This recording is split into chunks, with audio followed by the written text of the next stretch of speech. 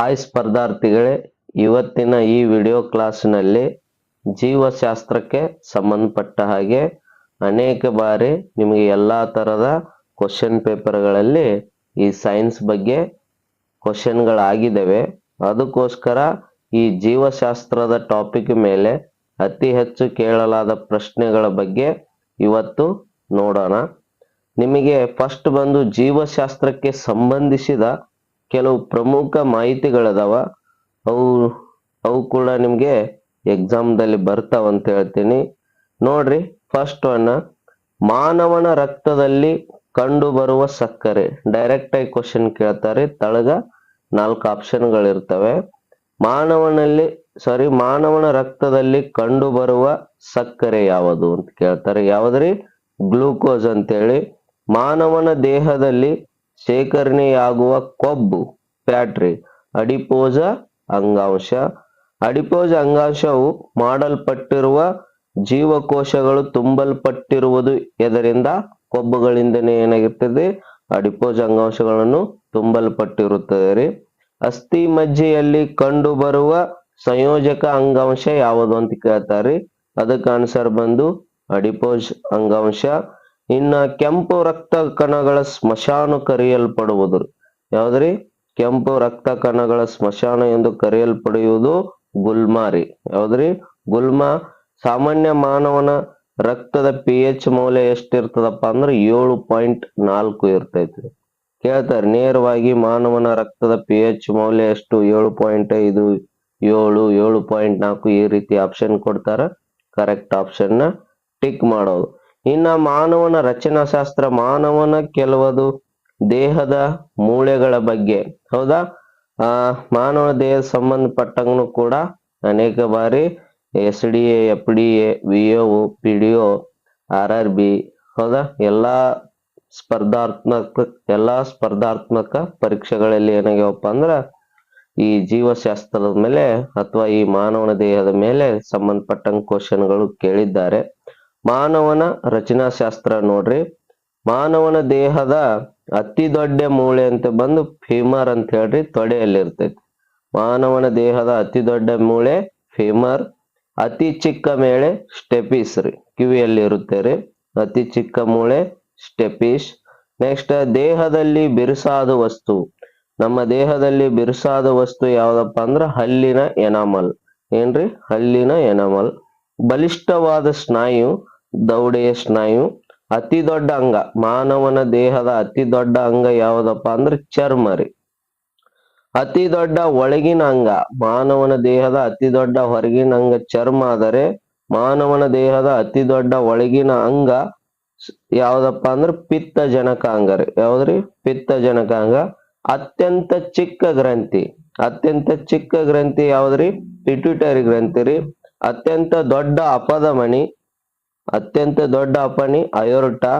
ಅತ್ಯಂತ ಚಿಕ್ಕ ರಕ್ತನಾಳಗಳು ಲೋಮನಾಳಗಳ್ರಿ. ದೇಹದಲ್ಲಿರುವ ಅತಿ ಹೆಚ್ಚು ಮೂಲ ವಸ್ತು. ಮಾನವನ ದೇಹದಲ್ಲಿರುವ ಅತಿ ಹೆಚ್ಚು ಮೂಲ ವಸ್ತು ಅಥವಾ ಧಾತು ಯಾವ್ದಪ್ಪ ಅಂದ್ರ ಆಕ್ಸಿಜನ್ ಇರ್ತೈತ್ರಿ. ದೇಹದಲ್ಲಿ ಅತಿ ಹೆಚ್ಚು ಲವಣ. ದೇಹದಲ್ಲಿರುವ ಅತಿ ಹೆಚ್ಚು ಉಪ್ಪಿನಂಶ ಅಥವಾ ಲವಣ ಯಾವ್ದಿರ್ತದಪ್ಪ ಅಂದ್ರ ಕ್ಯಾಲ್ಸಿಯಂ ಇರ್ತೈತ್ರಿ. ದೇಹದಲ್ಲಿರುವ ಮುಖ್ಯವಾದ ಸಂಯುಕ್ತ ವಸ್ತು. ನಮ್ಮ ದೇಹದಲ್ಲಿ ಮುಖ್ಯವಾಗಿರ್ತಕ್ಕಂಥ ಸಂಯುಕ್ತ ಅಂದ್ರ 2 ಧಾತುಗಳಿಂದ ಕೂಡಿರ್ಬೇಕ್ರಿ. ಆ ಸಂಯುಕ್ತ ಯಾವ್ದಪ್ಪ ಅಂದ್ರ ನೀರು, H2O ಅಂತ ಹೇಳ್ರಿ.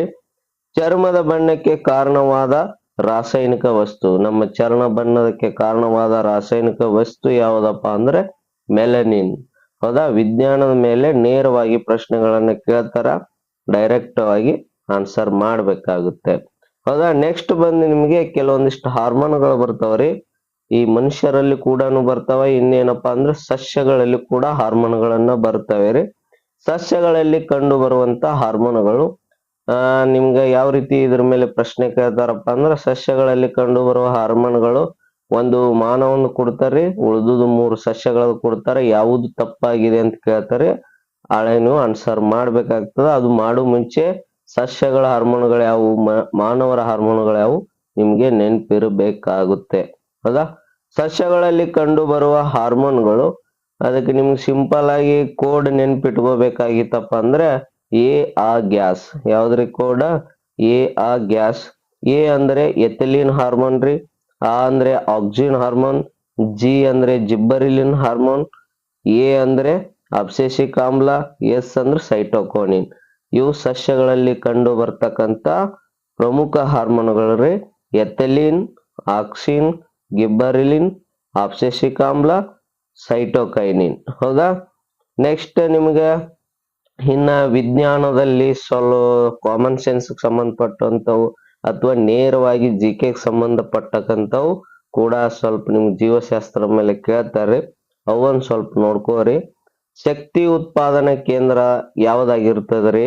ಶಕ್ತಿ ಉತ್ಪಾದನಾ ಕೇಂದ್ರ ಮೈಟೋಕಾಂಡ್ರಿಯಾ. ಯಾವ್ದ್ರಿ? ಮೈಟೋಕಾಂಡ್ರಿಯಾ. ಇನ್ನ ಜೀವಕೋಶದ ನಿಯಂತ್ರಕ, ಇಡೀ ದೇಹದಲ್ಲಿ ಸಾಕಷ್ಟು ಜೀವಕೋಶಗಳು ಇರ್ತಾವ, ಆ ಜೀವಕೋಶದ ನಿಯಂತ್ರಕ ಯಾವ್ದಾಗಿರ್ತದಪ್ಪ ಅಂದ್ರೆ ಕೋಶ ಕೇಂದ್ರ, ನ್ಯೂಕ್ಲಿಯಸ್ ಅಂತ ಹೇಳ್ರಿ. ನೆಕ್ಸ್ಟ್ ಪ್ರೋಟೀನ್ ಉತ್ಪಾದನಾ ನಿಯಂತ್ರಕ ಯಾವುದು? ಪ್ರೋಟೀನ್ ಉತ್ಪಾದನಾ ನಿಯಂತ್ರಕ ಕಿರುಕೋಶ ಕೇಂದ್ರ. ಸ್ರವಿಕೆಯ ಕಣದಂಗ ಯಾವ್ದಾಗಿರ್ತದಪ್ಪ ಅಂದ್ರೆ ಗಾಲ್ಗಿ ಸಂಕೀರ್ಣ. ಇನ್ನ ಆತ್ಮಹತ್ಯೆ ಸಂಚಿ ಅಂತೇಳಿ ಯಾವ್ದು ಕರೆಸ್ಕೊಳ್ಳುತ್ತದ್ರಿ? ಲೈಸೋಸೋಮ್ಗಳನ್ನ ಆತ್ಮಹತ್ಯೆ ಸಂಚಿ ಎಂದು ಕರೆಯುತ್ತಾರೆ. ಕಿಣ್ವಗಳ ಚೀಲಗಳು, ಎಂಜೈಮ್ಸ್ ಅಂತ ಕರಿತಾವ್ರಿ. ಕಿಣ್ವಗಳ ಚೀಲಗಳು ಗಾಲ್ಗಿ ಸಂಕೀರ್ಣ, ಲೈಸೋಸೋಮ್ಗಳಿಗೆ ನಾವೇನ್ತೀವಿ? ಕಿಣ್ವಗಳ ಚೀಲಗಳು. ಗಾಲ್ಗಿ ಸಂಕೀರ್ಣ ಮತ್ತು ಲೈಸೋಸೋಮ್ಗಳಿಗೆ ಕಿಣ್ವಗಳ ಚೀಲಗಳು ಅಂತೇಳಿ ಕರಿತೇವ್ರಿ. ಇನ್ನ ಮೆಟೇಷನ್ ಎಂದರೇನು? ಜೀವಿಯ ತಕ್ಷಣದ ಬದಲಾವಣೆ. ಯಾವ್ದ್ರಿ? ಮೆಟೇಷನ್ ಅಂದ್ರ ಜೀವಿದ ತತ್ಕ್ಷಣದ ಬದಲಾವಣೆಗೆ ನಾವೇನಂತ ಕರಿತೇವ್ರಿ? ಮೆಟೇಕ್ಷನ್. ಜೀವ ವಿಕಾಸ ಎಂದರೇನು? ಜೀವ ವಿಕಾಸ ಎಂದರೆ ಜೀವಿಯ ನಿಧಾನಗತಿಯ ಬದಲಾವಣೆ. ಅಂದ್ರ ಸ್ವಲ್ಪ ಟೈಮ್ ತಗೊಂಡು, ವರ್ಷಗಟ್ಲೆ ತಗೊಂಡು ಬೆಳ್ಕೊತ ಹೋಗೋದನ್ನ ನಾವೇನಂತೇವ್ರಿ? ಜೀವಿಯ ವಿಕಾಸ ಅಂತ ಕರಿತೇವ್ರಿ. ಜೀವಕೋಶದ ಅತಿ ಚಿಕ್ಕ ಕಣದಂಗಗಳು ಯಾವಪ್ಪ ಅಂದ್ರ ಸೆಂಟ್ರೋಮಿಯರ್ ಮತ್ತು ರೈಬೋಸೋಮ್. ಜೀವಕೋಶಗಳ ಅತಿ ಚಿಕ್ಕ ಕಣದಂಗಗಳು ಸೆಂಟ್ರೋಮಿಯರ್ ಮತ್ತು ರೈಬೋಸೋಮ್ಗಳು. ಕೆಲವೊಂದ್ಸಲ ATP ಅನ್ನು ವಿಸ್ತರಿಸಿ ಅಂತ ಕೇಳ್ತಾರ. ATP ವಿಸ್ತಾರ ನಿಮಗೆ ಗೊತ್ತಿರಲ್ರಿ? ಅಡಿನೋಸಿಸ್ ಟ್ರೈಫಾಸ್ಫೇಟ್. ಏನ್ರಿ? ATP ಅಡಿನೋಸಿಸ್ ಟ್ರೈಫಾಸ್ಫೇಟ್ ಅಂತ ಹೇಳಿ. ಇವುಗಳ ಮೇಲೆ ಕೂಡ ನಿಮ್ಗೆ ಅನೇಕ ಬಾರಿ ಪ್ರಶ್ನೆಗಳಾಗ್ಯಾವ, ನೋಡ್ಕೋರಿ.